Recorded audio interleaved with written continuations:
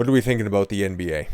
Okay, finals ratings were horrific, and going into next season, I said it a couple of times here, I think that they have a chance of a strong fan backlash if they don't course correct, and there's some information out there that might mitigate those losses, but let's take a look at, well, now that we have the corpse on the table, let's do the autopsy, see what the hell actually happened here. There's no salvaging these awful NBA Finals ratings from October the 8th.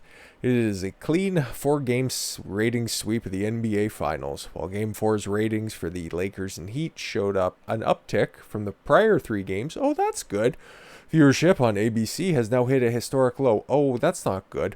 As 4 least watched final games in recorded history. Well, it's those 2 obscure teams, the LA Lakers and the Miami Heat. The team that LeBron James is currently on, and the one that he had his most team success, and that makes for a lot of interesting storylines, but I'm sure that the broadcasters definitely made those connections, but it seems nobody cared. Game 4 saw the audience rise to 7.54 million viewers, which was ahead of Game 3's 5.9 for a finals game? Wow. The Game 3 numbers saw the new low since finals ratings were recorded in 84. Holy shit. According to Sports Media Watch, perhaps sparked by the Heat's upset in Game 3, Game 4 was the most watched of the series, which the Lakers now lead 3-1.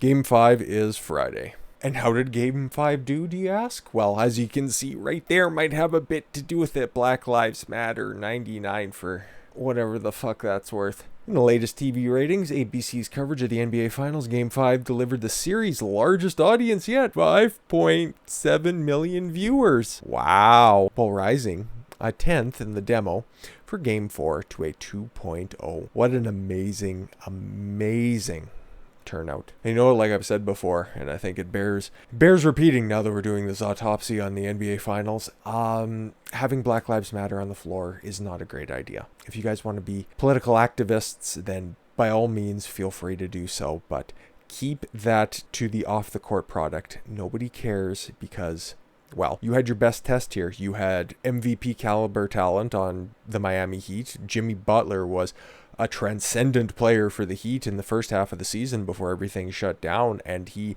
led a masterful performance over on the East Coast, just running over people. So, and well, LeBron James and Antonio Davis on the other side, or Anthony Davis. Antonio Davis isn't football after all.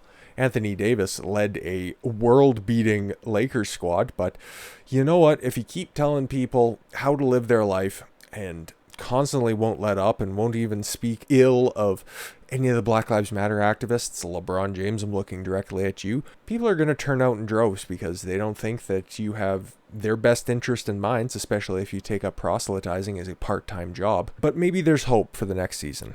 Maybe, all of these people will just be starved of basketball in the off season, and it doesn't really matter what they do next year. People will just be able to maybe go to the arenas, maybe see the games.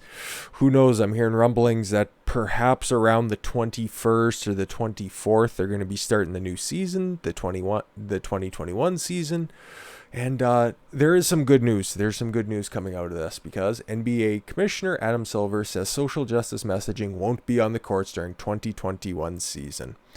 That's probably because they hemorrhaged viewers and hemorrhaged money.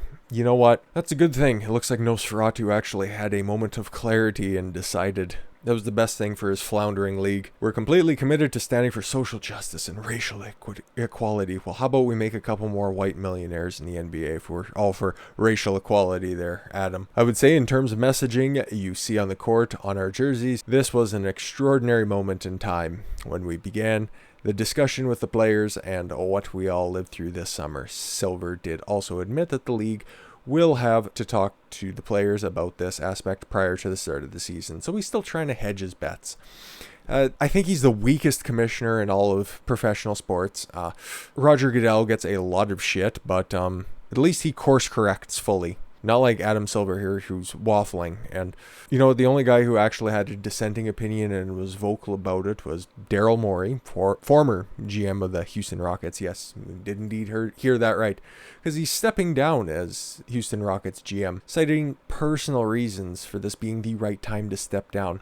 Well, after he was just about made to walk the plank after he tweeted support for Hong Kong over the oppressive CCP trying to take back Hong Kong from, I don't know, because they think that they have a birthright or some horseshit, but I think the NBA's in trouble. I think that they still are going to be as vocal as ever during the offseason, the players this is, and they keep squeezing out any sort of dissenting opinion. Outside the guys like Enes Kanter, I can't really think of any other people who express anything except for full-blown social justice, Black Lives Matter opinions. I think that there's going to be a significant backlash if there is any fans in the stands for next season. I think that they'll be very vocal like they were during the first week of the NFL when they kicked off and they showed their moment of racial unity, and there were audible boos from the stands. I think we're going to see that fairly often if there are indeed crowds in the stands this upcoming season. But just wanted to do a quick little update because I've done enough NBA related videos, so I just had to kick the poor bastards while they're down and put a nice little bow on this disastrous 2019-2020 season. I thank you all very much for the gift of your time. I've been Don Consuelo. I want you guys to follow your gut and get after it. Take care, everyone.